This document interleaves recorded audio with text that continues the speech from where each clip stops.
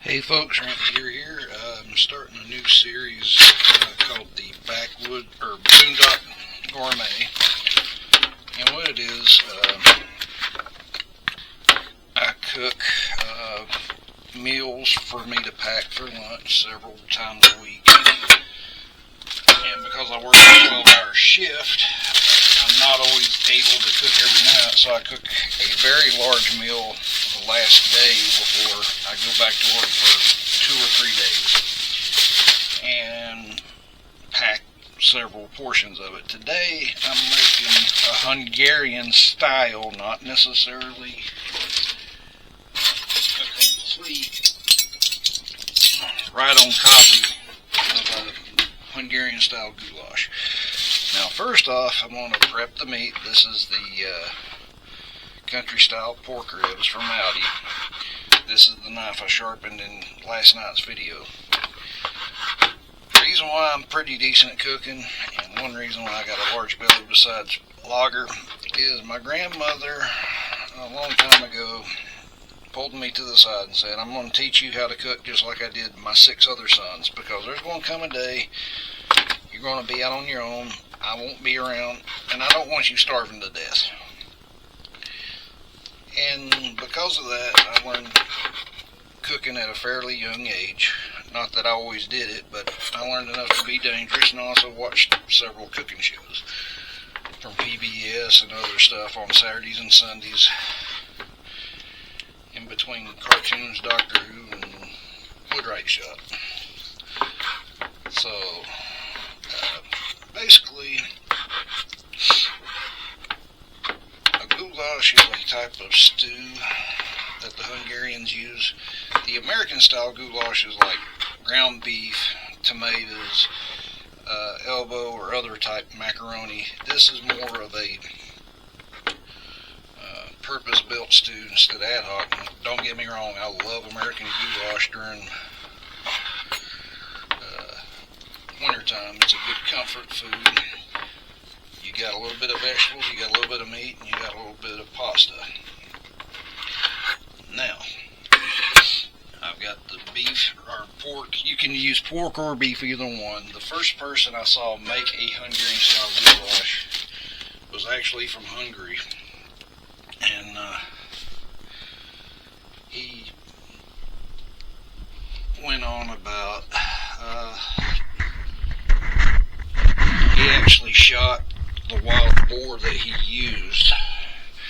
Right here is my Crofton cast iron braising pan. I'm going to put some olive oil in it.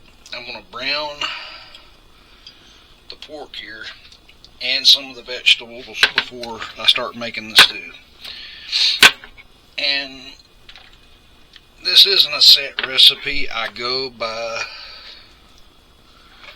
my gut instinct and what feels and tastes right. You can do it yourself, but I'll give you a general outline of what goes into my version of it.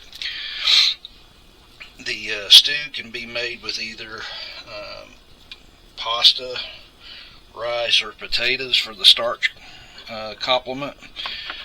I love using Aldi's German style spatzel noodles, but I'm stone out in the cupboard, and Aldi is not selling them right now on their Finds all. Give me a second to wash my hands. Love pork, but that was a little greasy, but I wanted a little fat on the pork to help get a little flavor. Now, this back a little bit. I'm going to put 2 onions, not terribly big ones. I've got the shopping bag there to put all the scraps in. That way I don't constantly go back and forth to the garbage can. I do that on my normal cooking procedure, by the way. It's not something I'm doing just for film. Now, carefully slice. This onion was a little bit oval shaped.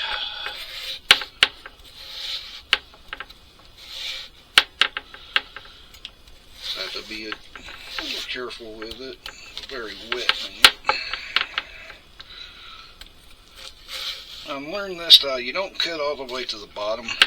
That way you get to the side here, you've got maybe a 1/4 inch or so of the onion that's uncut, but it gives you enough purchase to where you can come straight down and make these nice, wonderful little cubes.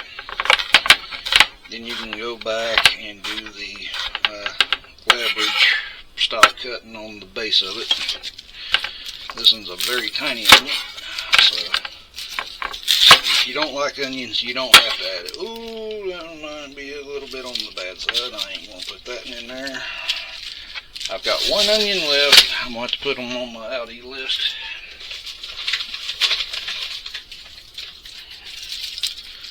Okay, this one appears to be good on the outside and good on the inside.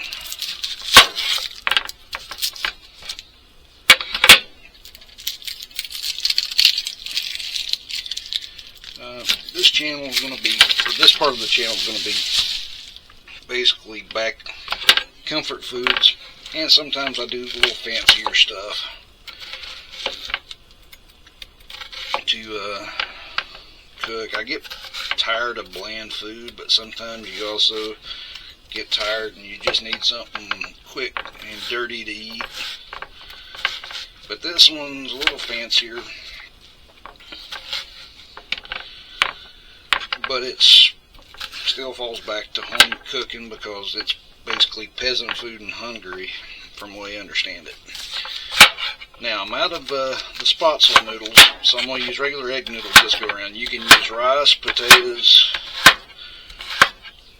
in addition to the noodles. Alright, got those diced up.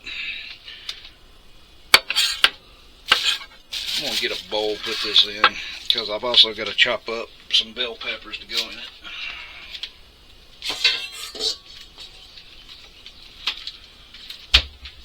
Now, I want the pork to get a little further along before I start adding some of the vegetable components to the dish. I'll add the seasoning component when I start adding liquid. Got sweet bell peppers. To offset all the red from the paprika, I'm going to use an orange bell pepper and put the rest in the fridge. Give me a second, I'll be right back. Wash this.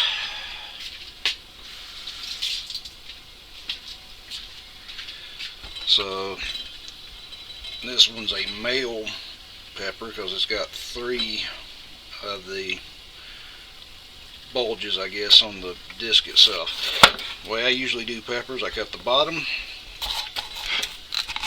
cut the top, and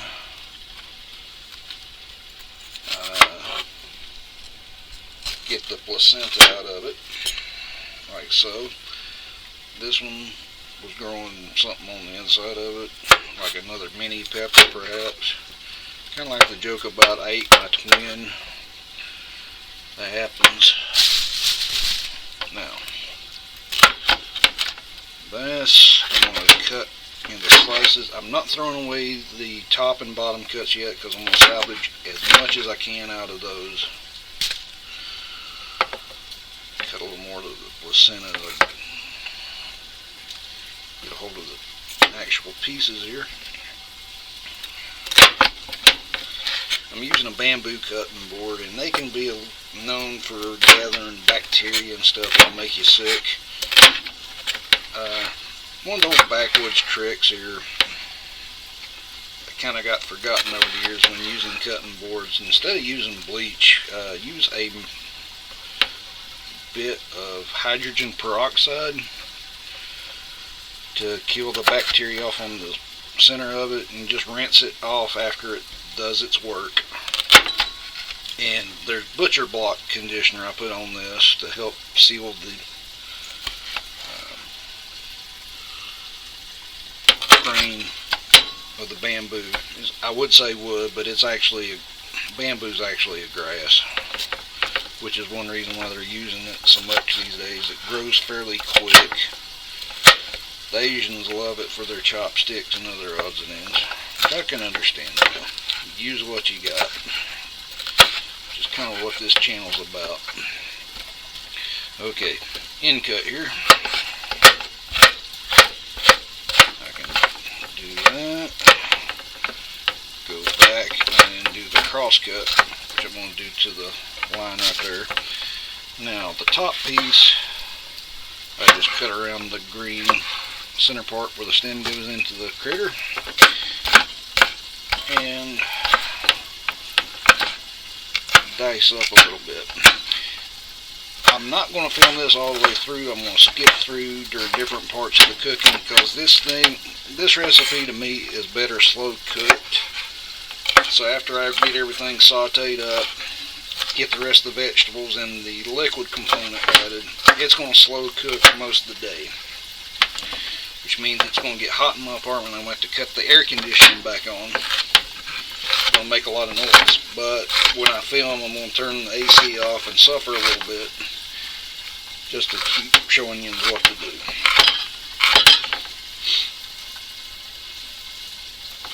And one thing about cooking in the South, I'm going to share with you.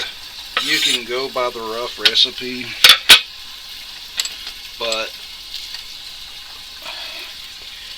down here it's more or less a nice to have or a rough map, I suppose, to go by.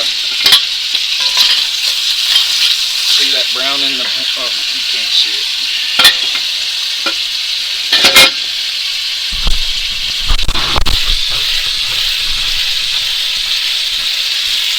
See the brown in the pan right there? That's going to get deglazed later with another ingredient.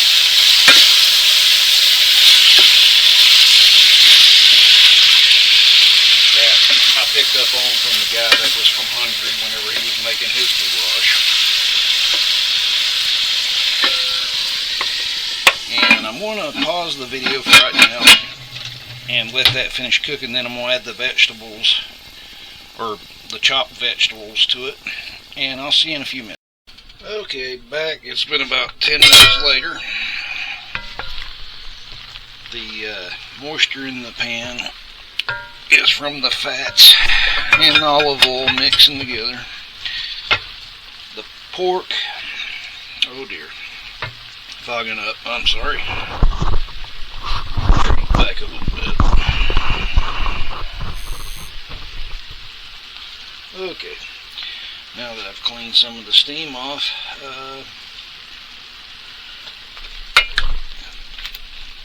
I'm going to let it saute uncovered for a bit.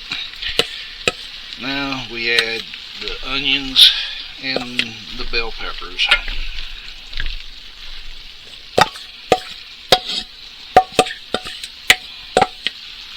And be back in a few more minutes, and I'll show you what else goes into the recipe. Alright? Okay, it's been about 8 minutes since the last little cut in. I raised the heat up. A lot of the moisture is getting cooked out of the pork, onions, and the bell peppers. This is Audi's organic stir-in garlic paste. I know some people say if you don't use fresh garlic, why bother? It's just you buy 3 heads of garlic, and a lot of them go to the bad before you can use them up, depending on what dishes you make. So I put about 3 or 4 good spoonsful of that in.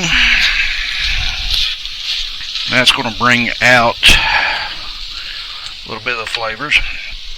Now, I'm going to use about 2 of these small cans of mushrooms, and this is going to be part of the juice component.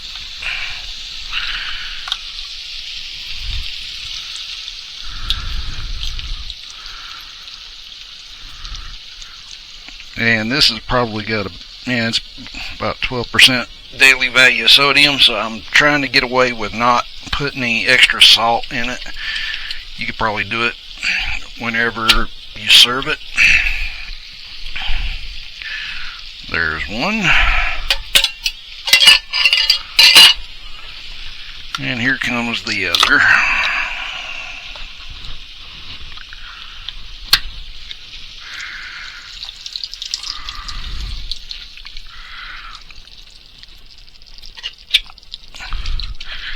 And that went in nice. Just a couple taps to get some of the parts from it. Next up, always get the Italian style diced tomatoes. It's got the basil, garlic, and oregano in it. More garlic's always better.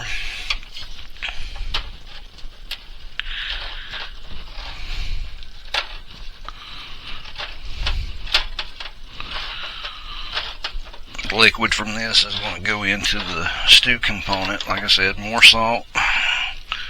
That's already in with the ingredient anyway, so take full advantage of that. Now that's looking good. Now the part that makes goulash is the paprika, and this time I bought smoked paprika. This is Spanish, not the Hungarian made. That stuff's pretty expensive.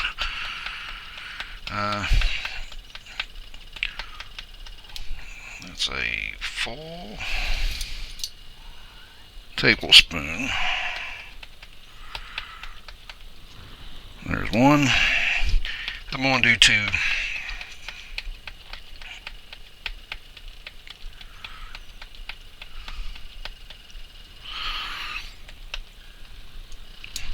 Ish. Okay. Stir that in. That's going to give the wonderful red color in addition to the tomatoes.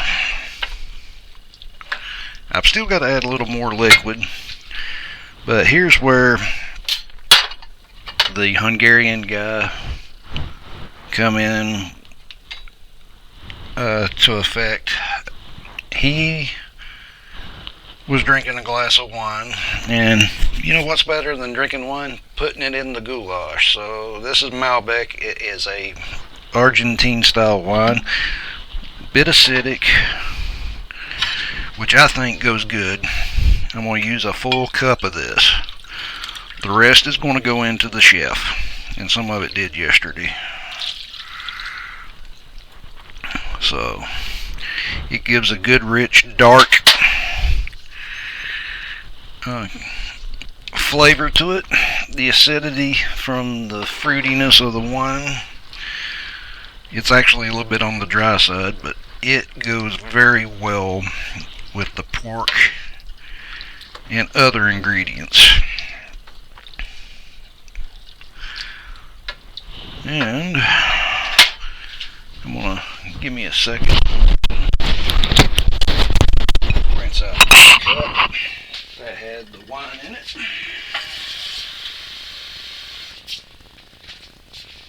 And add it to the mix. Alright, now I'm going to let this come up to a light boil, and then I'm going to turn the heat down and let it cook for a few hours. I'll see you in a bit.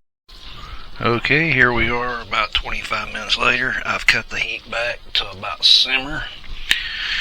Everything has gotten mixed together nice, and the pork, the mushrooms, and the bell peppers and onions have took on some of the hue from the wine, paprika, and the tomato juice from the stewed tomatoes that I added to the recipe.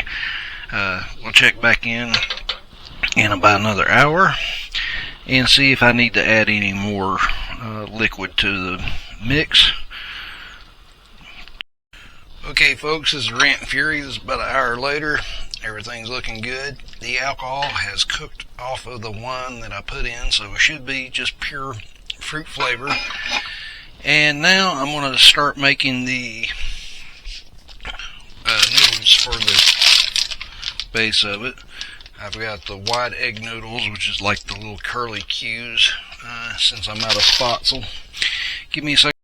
Okay, I'm back. I've got the pot of water ready.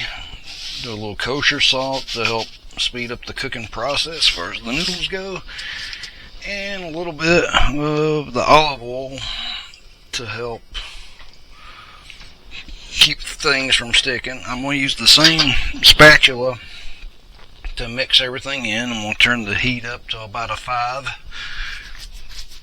out of 9 on the stove, and get back to you in a few minutes. Okay folks, I've got the noodles done. I've already doled out a couple of portions for lunch at work the next few days. And let's, about 11:30ish, give or take. Let's dole out a little bit, see what's going on here, and enjoy the meal. Let's see.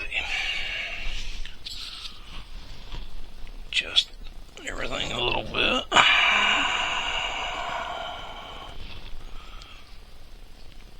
Oh yeah. A little more juice. I'm making a few more noodles for this evening's portion. I've got a beer to drink with it. The wine has evidently disappeared. Wonder how that happened. This is going to be hot. The goulash has cooled off a little bit, but there's still a little bit of steam coming off of it. The noodles are pretty much fresh out of the pot. Drain them in the colander in the sink. Oh God, yeah. Now, they make smoked paprika in the hot and spicy and the sweet version, which is what I used here. So, you can do stuff to your personal taste, no problem with that. I'm just giving you a rough guideline of what to do and expect, just a general idea how stuff's going to turn out. You can put different vegetables in, maybe carrots. Not my favorite, by the way, and I don't have any suitable for putting in a stew. Celery, perhaps. Go ahead and do that if that tickles your fancy. But let me finish eating here, then I'm going to edit the video together and post it up for you. Thanks, folks. Hope you enjoyed this. Next week, or should I say Monday, today is Wednesday, I'm going to make my version of the German currywurst in conjunction with Jewish latkes, which is their version of a potato cake. Mine may not be kosher because I do like cooking mine in bacon grease.